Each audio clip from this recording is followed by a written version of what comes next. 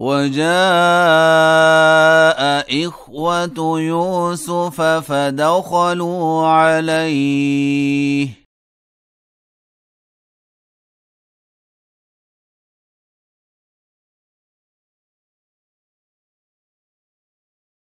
فعرفهم وهم له منكرون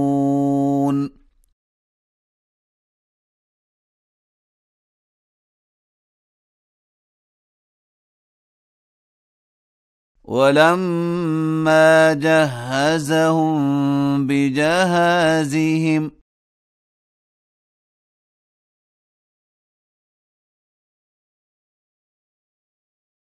قال ائتوني بأخ لكم من أبيكم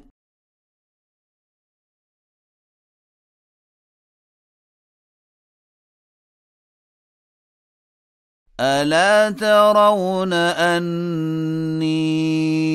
أوفي الكيل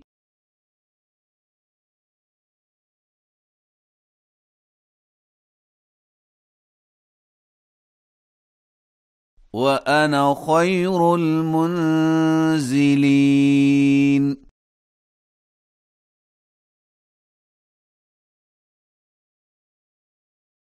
فإن لم تأتوني به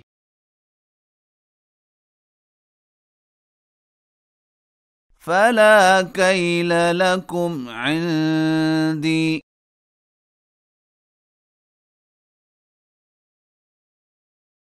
ولا تقربون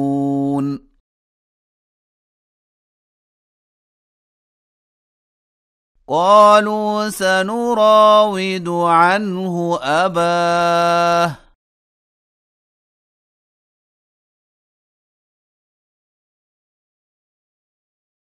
وإنا لفاعلون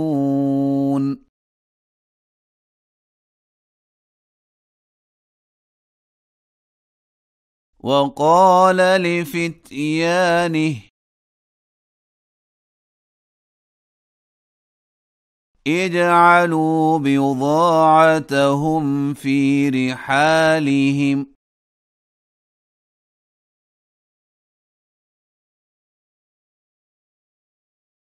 لعلهم يعرفونها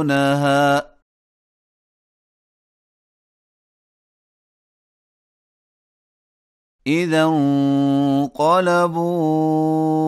إلى أهلهم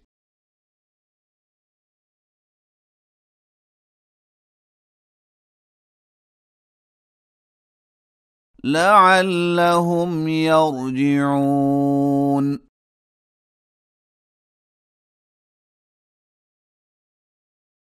فلما رجعوا إلى أبيهم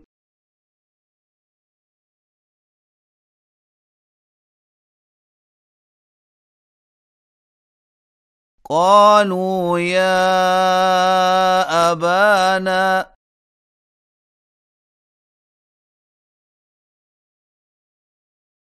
منع منا الكيل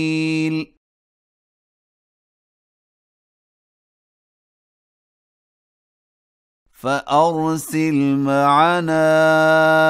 أخانا نكتل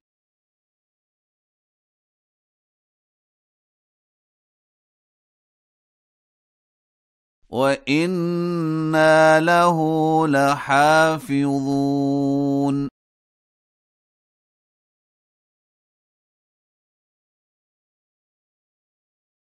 قال هل آمنكم عليه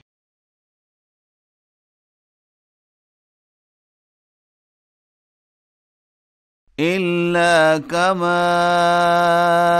أمنتكم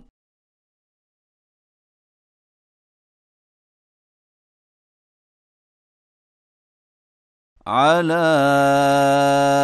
أخيه من قبل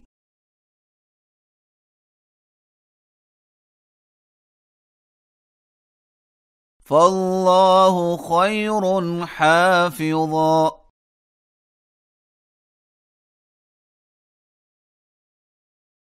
وهو أرحم الراحمين.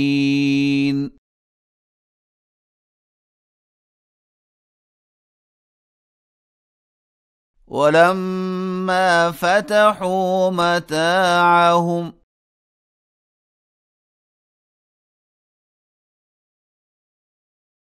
وجدوا بضاعتهم ردت إليهم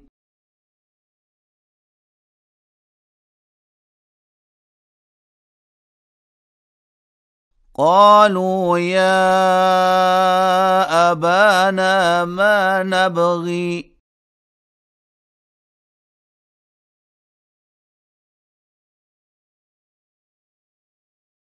هذه بضاعتنا ردت إلينا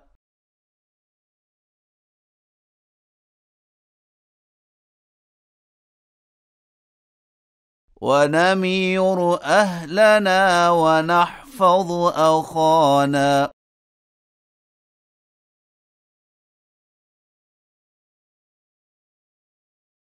ونزداد كيل بعير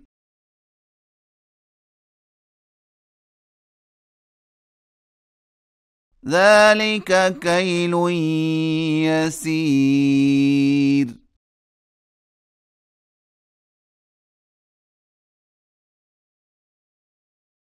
قال لن أرسله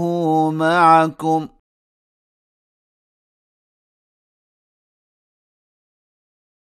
حتى تؤتون موثقا من الله لتأتونني به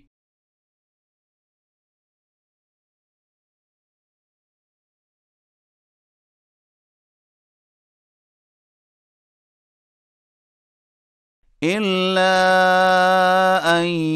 يحاط بكم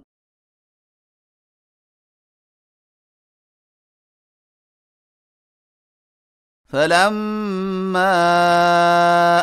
آتوه موثقهم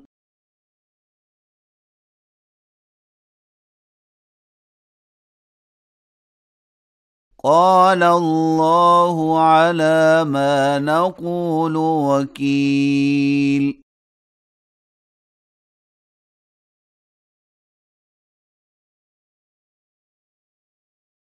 وقال يا بني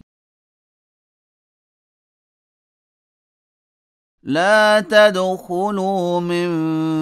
باب واحد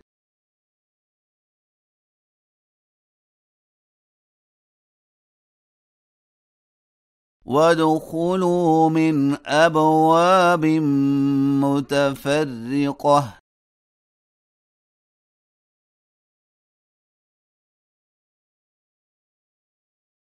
وما أغني عنكم من الله من شيء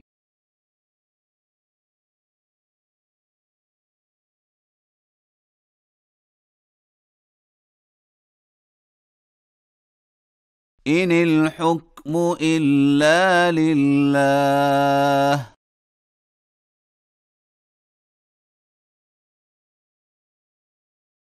عليه توكلت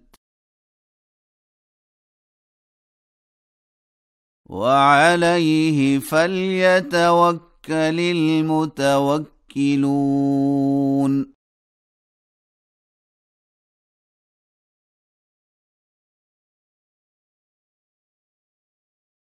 ولما دخلوا من حيث أمرهم أبوهم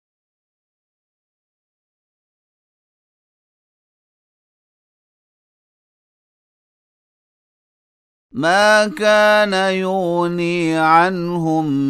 من الله من شيء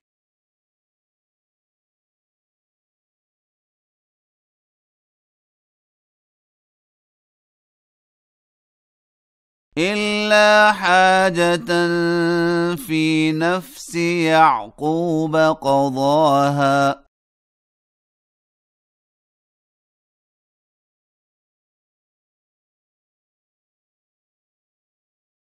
وإنه لذو علم لما علمناه